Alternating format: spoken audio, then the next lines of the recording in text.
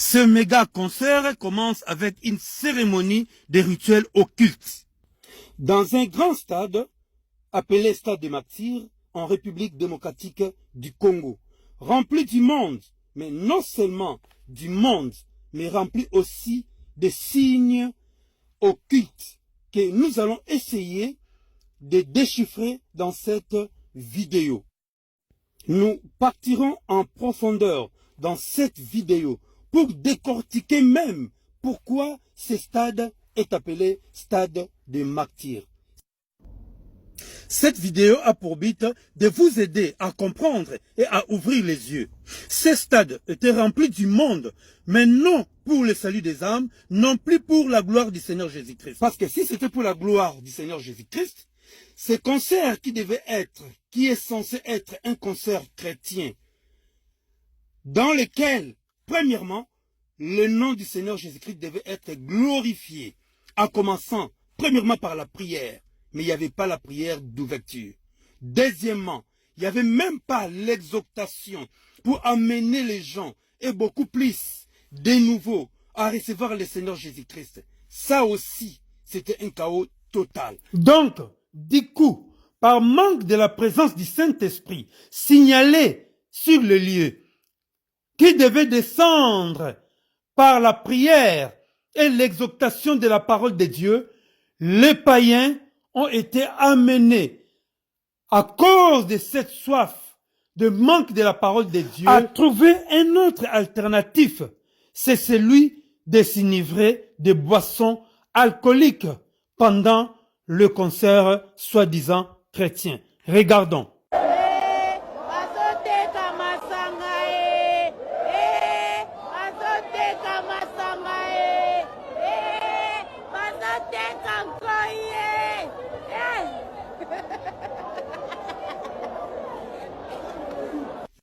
Pendant le concert, au lieu que les gens glorifient le nom de Jésus-Christ, au lieu que des gens acclament le nom du Seigneur Jésus-Christ, ce que nous avons remarqué, la foule scandait des slogans à la gloire du pasteur Mbiye.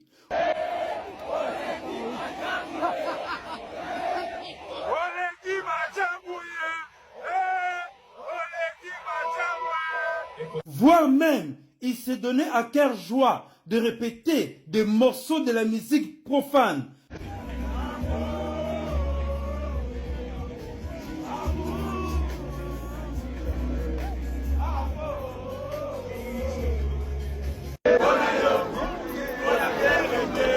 En réalité, tout cela parce que lui-même, M. Mbiye, n'est pas converti. À son âge, vit même la responsabilité qu'il a héritée de son père, toute une église, mais il se donne à suivre ou à se faire fanatique des musiciens du monde, jusqu'au niveau de chercher à apprendre leur pas de danse. Regardez.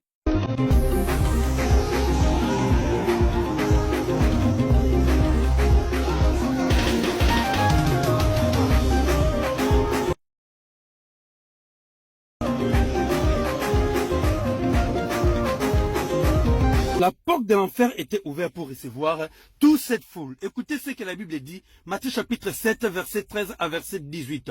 Entrez par la porte étroite, car large est la porte, spacieux le chemin qui mène à la perdition. Et il y en a beaucoup qui entrent par là.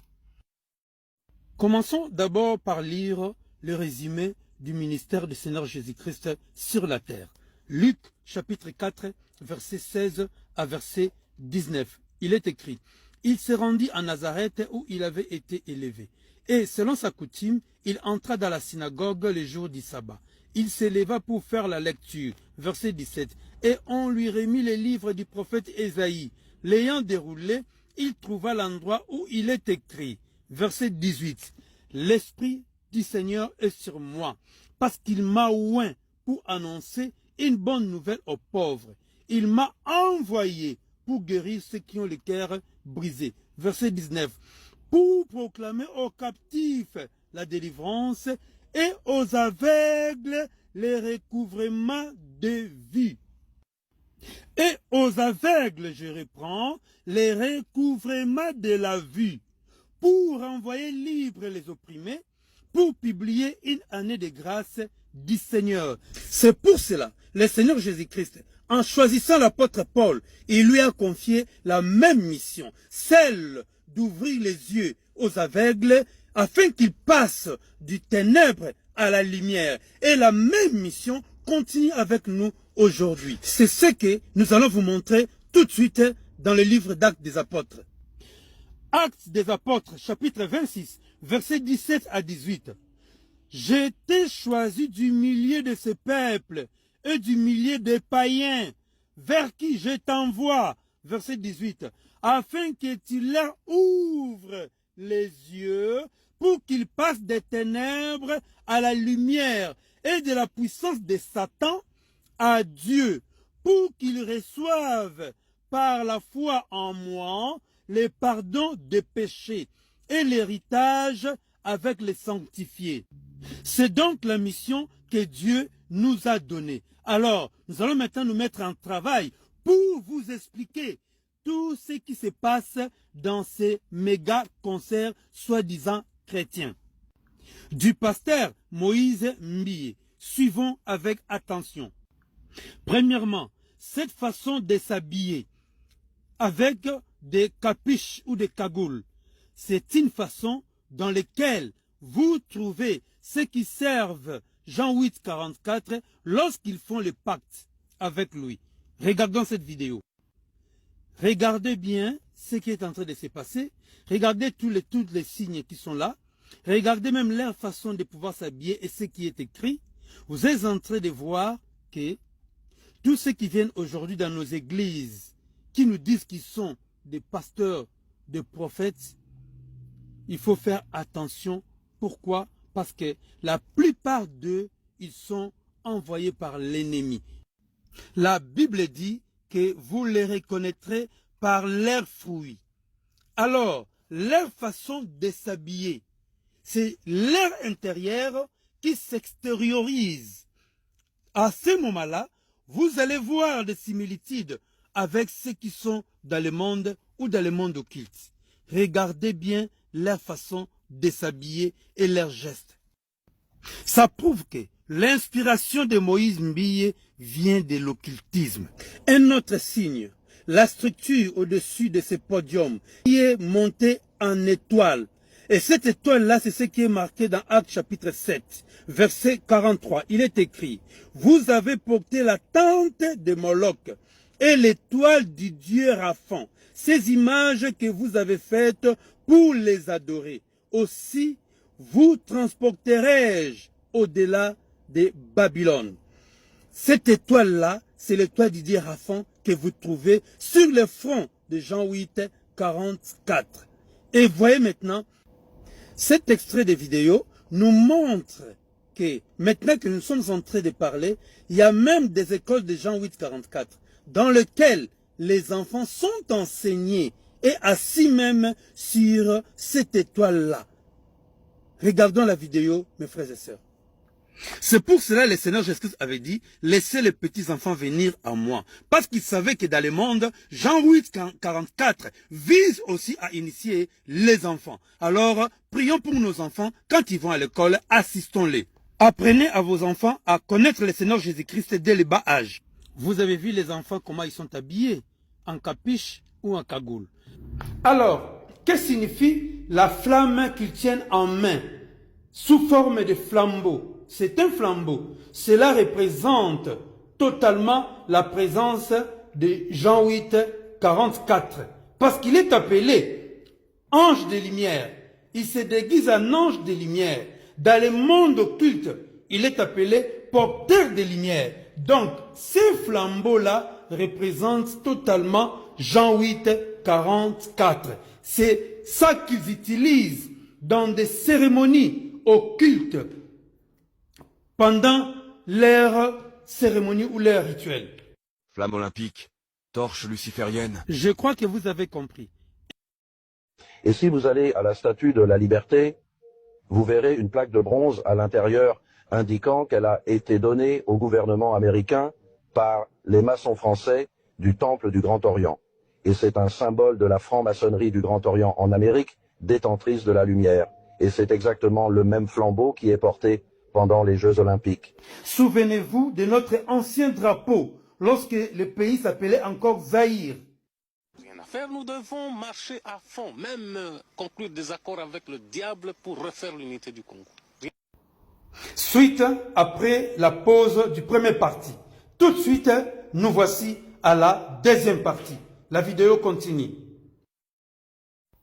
Suite et fin, partie 2. La vidéo continue. Rien à faire. Et le Congo restera un et Un indivisible. pasteur qui apprend à danser de la musique du monde sans gêne, c'est vraiment purement de la chair.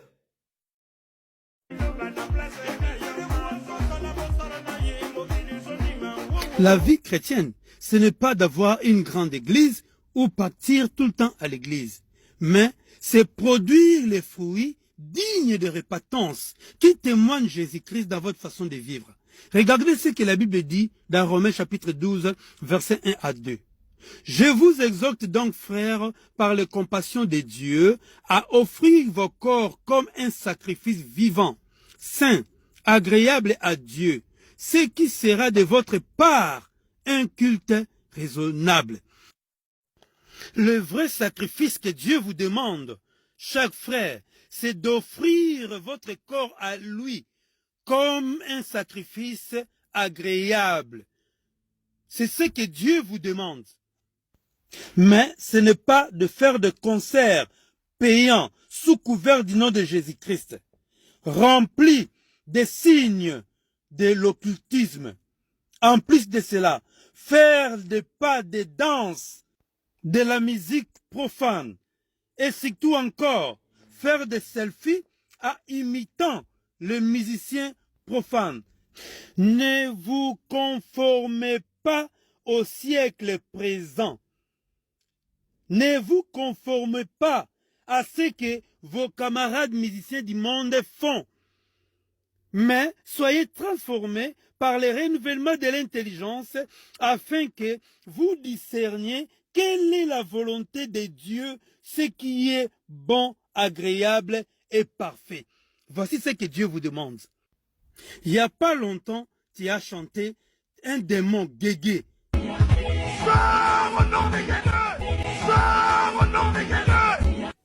Qui est Guégué? C'est la déesse de la séduction. Ayant pour mission dans la franc-maçonnerie la corruption par le sexe et par l'argent de quiconque l'écoute.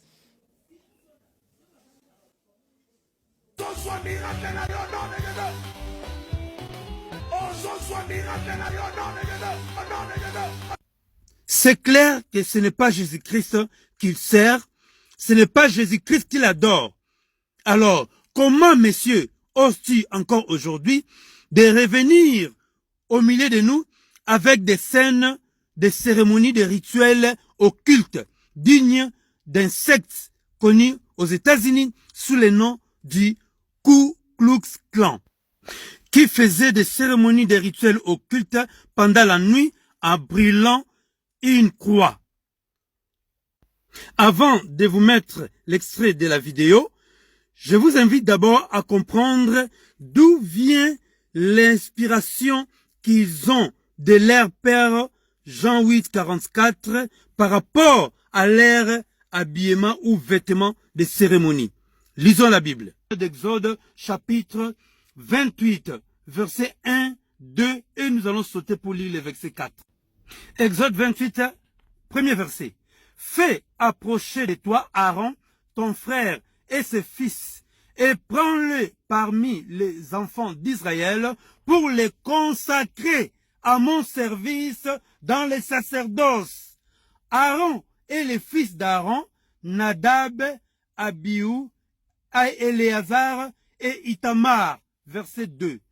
Tu feras à Aaron ton frère deux vêtements sacrés pour marquer sa dignité et pour lui servir de parure. Verset 4. Voici les vêtements qu'ils feront. Un pectoral, un éphod, une robe, une tunique brodée, une tiare et une ceinture. Ils feront de vêtements sacrés à Aaron ton frère et à ses fils. Pourquoi? Afin qu'ils exercent mon sacerdoce. De la même façon que Dieu avait demandé à Moïse de confectionner des habits de sacerdoce pour les Lévites et Aaron, lorsqu'ils sont dans les temples en train d'exercer, de la même façon, le diable qui copie notre Dieu, lui aussi a mis en place de vêtements de cérémonies rituelles pour ceux qui les servent, comme ce que vous avez vécu là, à ces méga concerts de Moïse Mbiyé. Ils étaient en train de faire des rituels cérémoniels pour l'adoration de Jean 8, 44. Dans ces concerts, vous étiez en train de vivre des cérémonies occultes de Ku Klux Klan. Alors, je vous invite à regarder cet extrait de vidéo pour que vous puissiez comprendre pourquoi le capuche est pointu sous forme de triangle.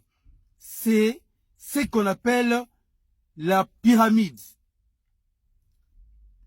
Regardons, c'est de la pyramide sur leur tête. Et vous allez comprendre. Et ces habits ont plusieurs couleurs. Il n'y a pas que des couleurs blancs, il y a aussi des couleurs rouges, il y a des couleurs noires. Vous allez comprendre la différence de ces couleurs-là. Regardez les Ku Klux Klan. Ça, c'est leur chef qu'ils appellent le grand sorcier. Lui, il est toujours en rouge et c'est le seul.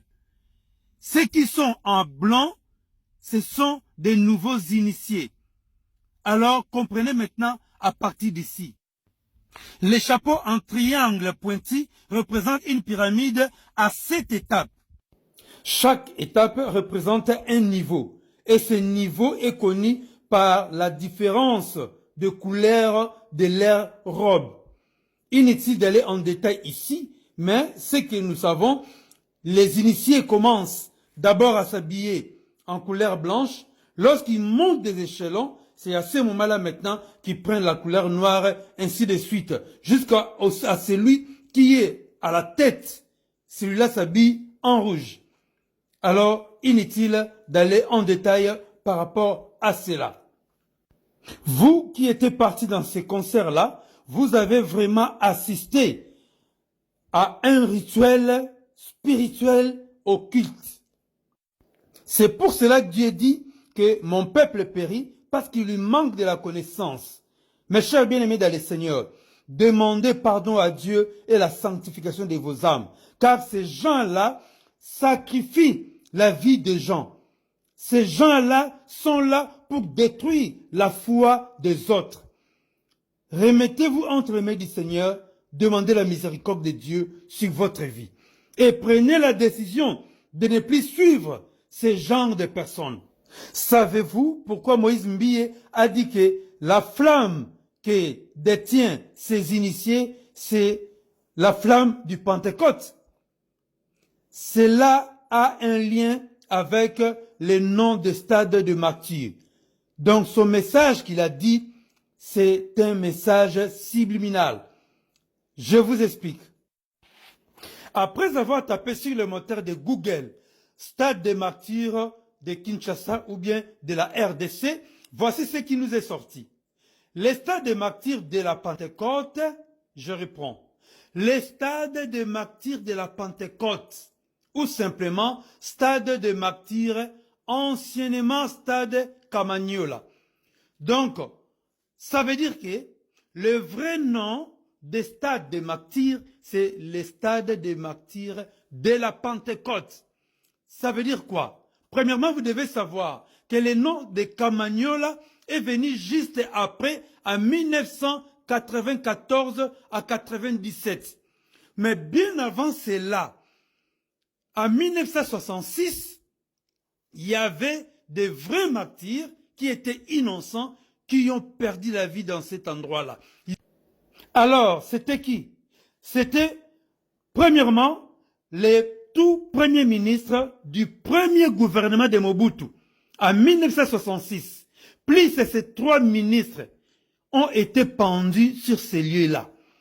C'était précisément le jour de Pentecôte de 1966. C'est comme ça, vous avez remarqué, que le message subliminal qui est sorti de la bouche de Moïse Mbille, il a baptisé la flamme que ses initiés tenaient en main, c'était la flamme de Pentecôte.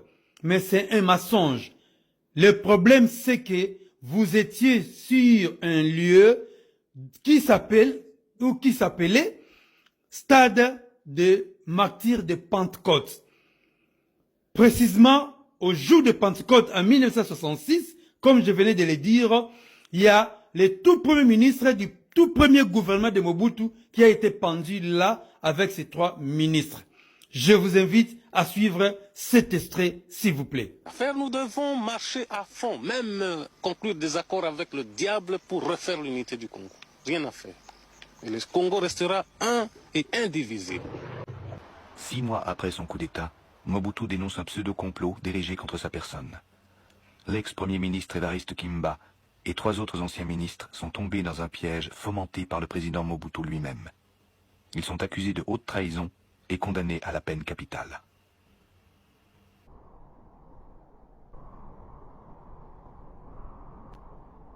En cette Pentecôte de 1966, sur la place de l'actuel stade des Martyrs, un monde fou, ameuté par la propagande officielle, assiste au spectacle macabre de la pendaison publique de ces 4 anciens ministres, condamnés pour complot contre les institutions. Il faut dire que le service de propagande a bien mis au point ce show lugubre. Procession des condamnés vers la potence, cagoule sur leur visage, dernière prière, prononcé de la sentence, coup de clairon, et le geste fatal du bourreau. Jamais pareil événement n'était arrivé en public dans l'histoire du pays. Maintenant que vous avez compris la vérité, savez-vous que les martyrs réclament leur sang? Savez-vous que les martyrs crient vengeance? Savez-vous que les sangs des martyrs réclament vengeance? Apocalypse chapitre 6, versets 9 à 10. Quand il ouvrit le 5e sceau, j'ai vu sous l'autel des âmes de ceux qui avaient été immolés à cause de la parole de Dieu et à cause du témoignage qu'ils avaient rendu. Verset 10. Ils crièrent d'une voix forte en disant, « Jusqu'à quand, Maître, saint et véritable, tardes-tu à juger et à tirer vengeance de notre sang sur les habitants de la terre? » Les martyrs de la parole de Dieu réclament vengeance sur leur sang. Alors, comme les diables, singes ou copient notre Dieu, lui aussi produit ses martyrs à lui. Et maintenant, les sangs de ces gens-là qui sont sacrifiés pour une cause quelconque, soit pour la paix du pays, soit pour n'importe quelle raison, les sangs de ces gens-là crient aussi vengeance. C'est comme ça qu'il y a plusieurs morts subites, des accidents qui se produisent après avoir assisté dans des cérémonies dans ce genre de lieux. Peut-être vous n'avez pas compris. Souvenez-vous de l'histoire de Caïn et Abel. Dans Genèse chapitre 4, verset 8 à verset 13. Mais nous allons lire juste le verset 10. Il est écrit. Et Dieu dit, qu'as-tu fait? La voix du sang de ton frère crie de la terre jusqu'à moi. Abel était innocent. Il avait été tué par son frère. Et son sang criait à Dieu. Ça criait quoi? C'est l'épître d'Hébreux qui nous le révèle. Hébreux chapitre 12, verset 24. Il est écrit, de Jésus qui est le médiateur de la nouvelle alliance et du sang de l'aspersion qui parle mieux que celui d'Abel. Donc ça veut dire que le sang d'Abel parlait vengeance, parlait autre chose qui n'était pas mieux. Parce que ça a réclamé auprès de Dieu vengeance. C'est pour cela, les livres de Genèse que j'avais donnés, si vous les lisez, vous allez voir que Dieu avait puni Caïn. Caïn était devenu vagabond. à cause du sang de son frère qui criait à Dieu. Mais voici maintenant la différence. La Bible dit que le sang de Jésus-Christ est le sang qui crie mieux que le sang d'Abel. Ça crie quoi? Pardon. Le sang de Jésus-Christ crie pardon. Pourquoi? Parce que le Seigneur Jésus-Christ aussi s'était sacrifié. Il était innocent. Alors son sang ne criait pas vengeance, mais criait Père, pardonne-leur leurs péchés, car ils ne savent pas ce qu'ils sont en train de faire. Voici la raison pour laquelle vous devriez commencer par la prière à l'endroit où vous aviez passé la cérémonie de ces concerts-là. Pourquoi? Parce que vous piétinez des endroits où les sangs crient des gens qui avaient été sacrifiés dans ces lieux-là. C'est comme ça qu'après avoir sorti de là, plusieurs personnes ont des problèmes dans leur vie. Il y a ceux qui meurent subitement, il y a ceux qui deviennent des fous, seulement parce que vous ne pouvez pas savoir. Chacun rentre chez soi. Il y a que la famille qui pleure. Plusieurs personnes perdent leur bonne vie, perdent les mariages, perdent leurs enfants. Pourquoi? Parce que lorsque ces sangs-là crient, ces sangs-là maintenant ont été sacrifiés par des gens. Alors, ceux qui servent les malins à cet endroit-là, spirituellement, ils savent et ils voient. Qu'est-ce qu'ils font? Ils prennent maintenant les sangs des spectateurs pour payer à la place. C'est comme ça, il y a trop de sacrifices humains qui se passent soit avant, soit pendant les concerts, soit après les concerts. Vous ne devez pas oublier que ces gens-là aiment le pouvoir, aiment la richesse, aiment la gloire. Ils règnent avec le sang des autres. Il n'y a que le Seigneur Jésus-Christ tout seul qui règne avec son propre sang. Il n'a jamais sacrifié le sang de quelqu'un pour qu'il soit roi. Il est sur le trône avec son propre sang. Apocalypse chapitre 5, verset 6. Il est écrit: « Et je vis au milieu du trône et des 4 êtres vivants et au milieu des vieillards un agneau qui était là comme immolé. Il avait 7 cornes et 7 yeux, qui sont les 7 esprits de Dieu envoyés par toute la terre. » La Bible dit que le Seigneur Jésus-Christ était sur le trône. Le prophète Jean a vu, il était comme un agneau immolé. Il règne avec son propre sang. Il n'a pas sacrifié le sang des autres personnes pour affermir sa royauté. Le Seigneur Jésus-Christ, la gloire qu'il a, parce que lui-même s'est sacrifié, il s'est donné. Mais pas les gens de ce monde. Les gens de ce monde veulent régner avec le sang des autres. Ils veulent s'enrichir avec le sang des autres. Ils veulent avoir le succès avec le sang des autres. C'est comme ça la Bible déclare que le sang de Jésus-Christ est le sang qui crie mieux que le sang d'Abel. Mon frère, maintenant tu as commencé à voir clair. Qui te dit que tous ces hommes-là sont des vrais hommes de Dieu? Ce sont des sorciers. Écoutez cet extrait de la bouche de l'un de leurs. Le monde est pourri. Des fois, on pense que les hommes sont normaux ici. Les gens vont chercher n'importe quoi pour avoir le pouvoir. Aujourd'hui, pour aller prophétiser. Combien de prophètes vont dormir dans les cimetières? Combien de prophètes tuent, sacrifient des choses? Combien? Combien de pasteurs livrent même leurs enfants à des sacrifices? L'enfant va mourir, il pleure pendant le deuil, mais il sait qu'il a fait ça parce que l'église doit grandir. Je t'invite à donner maintenant ta vie à Christ. Tu as écouté les messages et tous ces témoignages. Donne ta vie à Jésus-Christ et surtout, si tu étais là-bas, demande au Seigneur Jésus-Christ de pouvoir te sanctifier, de te garder, de te protéger, toi, tes enfants et ta famille. Fais la prière, donne ta vie à Christ pour ton salut. Concert Moïse Mbille et ses signes occultes. Décryptage.